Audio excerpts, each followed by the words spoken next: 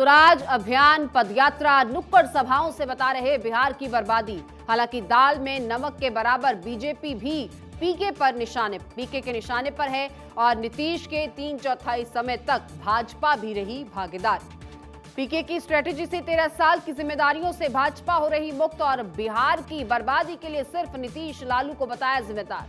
जातिगत vote bank की राजनीति में पीके कितने रहेंगे सफल, ये आगामी चुनाव और 2024 के परिणामों से होगा तय। अलबत्ता अप्रत्यक्ष रूप से नेवादावादी स्ट्रेटेजी बीजेपी को फायदा और इसके साथ पीके पर भाजपा की बी टीम के भी लग रहे हैं आरोप।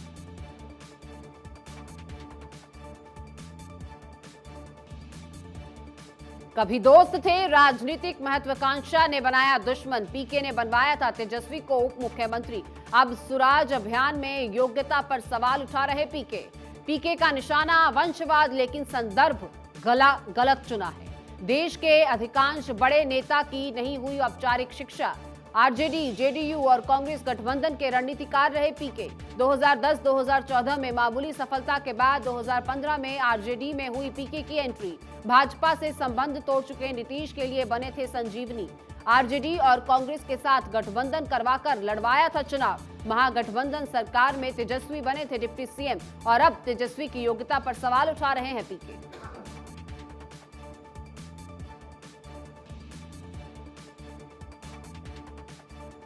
नए चुनाव चिन्ह पर कैसे चुनाव लड़ेंगे उद्धव? असली शिवसेना और धनुष बाण को लेकर है संग्राम। विधायक और सांसदों के आधार पर शिंदे गुट का दावा। जवाब में उद्धव गुट ने जमीनी स्तर पर की तैयारी। 5 लाख पदाधिकारियों और नेताओं के हल्फनामे चुनाव आयोग को भेजे। हालांकि अंतिम फैसला आने में समय लगेगा। चुनाव आयोग दोनों गुटों को अस्थायी नाम, चुनाव चिन्ह आवंटित करेगा।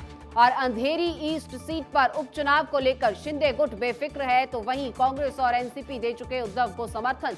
लेकिन उद्धव गुट के प्रत्याशी के लिए बढ़ी मुश्किल। नए नाम, नए चुनाव चिन्ह से मुश्किल बढ़ेगी। लोगों के दिमाग में नया चुनाव चिन्ह बैठाना आसान नहीं होगा, जबकि भाजपा अपने जाने पहचाने चुनाव चिन्ह पर ही चुनाव लड़ेगी।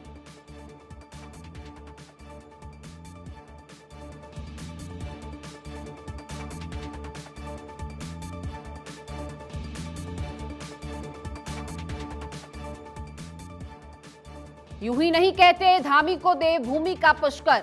जब बाजार में पैदल चलकर राहगीरों से मिले पुष्कर धामी। उत्तराखंड में रुद्रप्रयाग के तिलवाड़ा बाजार में दिखी धामी की सादगी। तेज बारिश में छाता लेकर सीएम पुष्कर धामी को देख लोग भौचक्के रह गए। सीएम पुष्कर सिंह धामी ने होटल कर्मी से सवाल जवाब कर समस्याएं पूछी।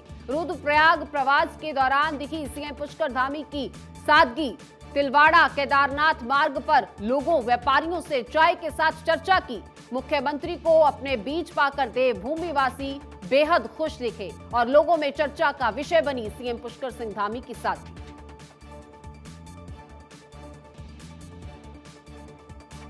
मध्य प्रदेश में नई इबारत लिखने का महीना। चुनाव से पहले शिवराज लिख रहे इतिहास की नई इबारत।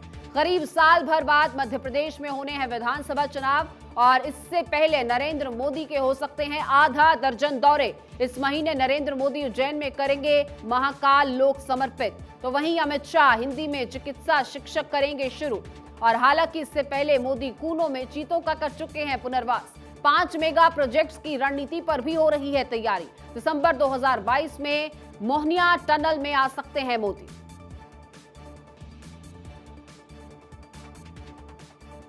देश के नए इन्वेस्टमेंट हीरो अशोक गहलोत सरकार ने तोड़े पिछले सारे रिकॉर्ड्स। राजस्थान इन्वेस्ट समिट में 11 लाख करोड़ के एमओयू साइन कर रिकॉर्ड तोड़े हैं। 60,000 करोड़ का इन्वेस्टमेंट तो लाई केवल एक ही पार्टी। 10 लाख लोगों को मिलेगा रोजगार। 76 औद्योगिक क्षेत्रों और इकाइयों का लोकार्पण, शिलान्यास। पहली बार कमिटेड एंड डिलीवर्ड की थीम पर प्राथमिकता के साथ एमओयू।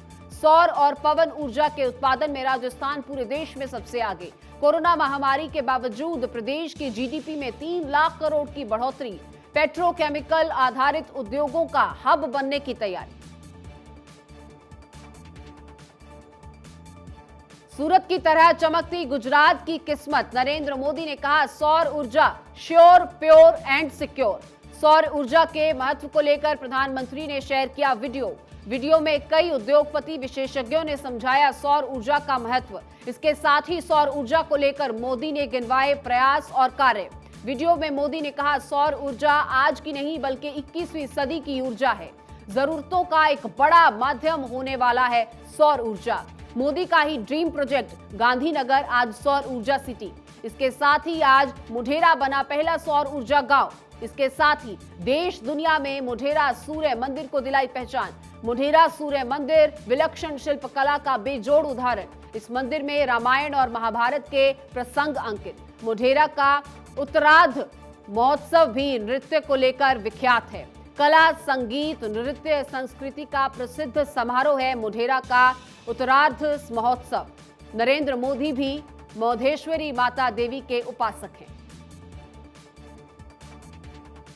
मिशन 144 की जीत के लिए नरेंद्र मोदी पर भरोसा। नरेंद्र मोदी सफल बनाएंगे भाजपा का मिशन 144। सितंबर में जेपी नड्डा, अमित शाह की मीटिंग में लिखी गई थी स्क्रिप्ट। 2019 में हारी 144 सीटों के लिए भाजपा की रणनीति। 144 लोकसभा क्षेत्रों में पीएम मोदी 40 जगह करेंगे मेगा रैलीज। मोदी की रैलियों के लिए 40 क्लस्टर तय किए गए। तो वहीं जेपी नड्डा, अमित शाह को 104 सीटों का जिम्मा। लोकसभा प्रवास योजना फेज 2 के जरिए जीत की तैयारी। दूसरे या तीसरे नंबर पर स्टैंड वाली सीटों पर फोकस है। ऐसी सीटें बंगाल, तेलंगाना, महाराष्ट्र, पंजाब, यूपी, छत्तीसगढ़, बिहार, तमिलनाडु की हैं। इनमें से सबसे ज्यादा सीटें पश्चिमी बंगाल की।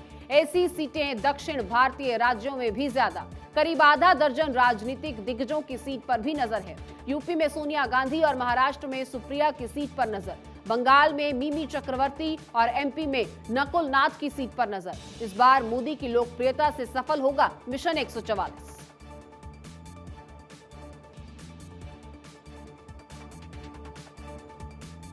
केसीआर फैमिली में तनाव, गाज पीके पर। केसीआर की सियासी महत्वाकांक्षा राष्ट्रीय फलक पर। हालांकि उनके बेटे केटीआर और के कविता की तल्खियां सार्वजनिक। पार्टी की रीलॉन्चिंग में भी गैर मौजूद रही के कविता। मुन्नू गोडे चुनाव को लेकर प्रचार और प्रबंधन टीम से गायब था कविता का नाम। केटीआर ने इसका ठीकरा फोड़ा प्रशांत किशोर के माथे। पीके पर केटीआर ने लगाए कानाफूसी के आरोप। हालांकि दिल्ली शराब घोटाले में कविता का नाम आने पर पार्टी उतरी थी समर्थन में। केटीआर ने पीके की कंपनी आईपैक से कॉन्ट्रैक्ट नहीं किया रिन्यू। पिछले दिनों ही समाप्त हुआ था यह कॉन्ट्रैक्ट। अगले 3 सालों के लिए होना था केटीआर और आईपैक का कॉन्ट्रैक्ट।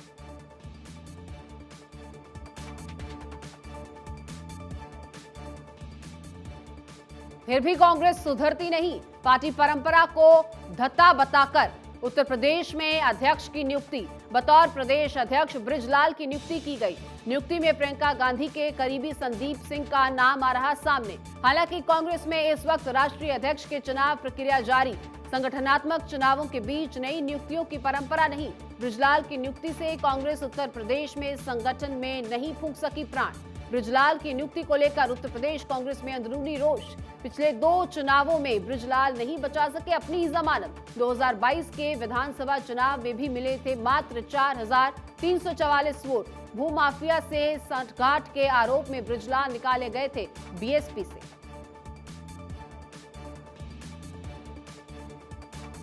बिहार में आरजेडी और जेडीयू की दोस्ती की परीक्षा। बिहार की मोकामा विधानसभा उपचुनाव में होगी परीक्षा। उपचुनाव में नीलम देवी आरजेडी की टिकट पर लड़ने जा रही हैं चुनाव। बिहार में बाहुबली माने जाने वाले अनंत सिंह की पत्नी है नीलम देवी।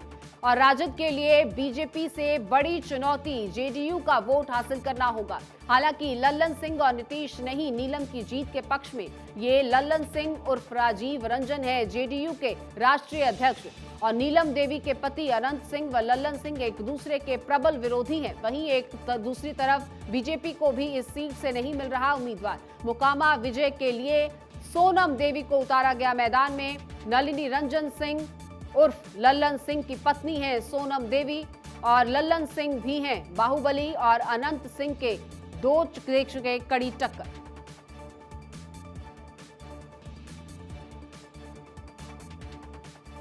उज्जैन नगर निगम कमिश्नर बदलने की इनसाइड स्टोरी। अंशुल गुप्ता को हटाया गया नगर निगम कमिश्नर के पद से। महाकाल लोक के लोकार्पण से ठीक 5 दिन पहले हटाए गए अंशुल गुप्ता। हालांकि गुप्ता की कार्यप्रणाली बताई जा रही है उनको हटाए जाने की वजह, लेकिन अंदर की खबर मंत्री मोहन यादव से पंगा पड़ा गुप्ता को भारी।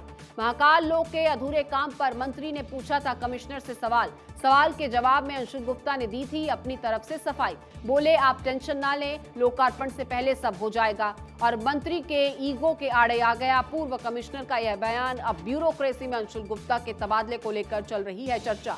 संघ की पसंद माने जाने वाले गुप्ता का था अपना रुबाब, इस कारण मंत्री और स्थानीय कलेक्टर से नहीं बैठती थी पटरी।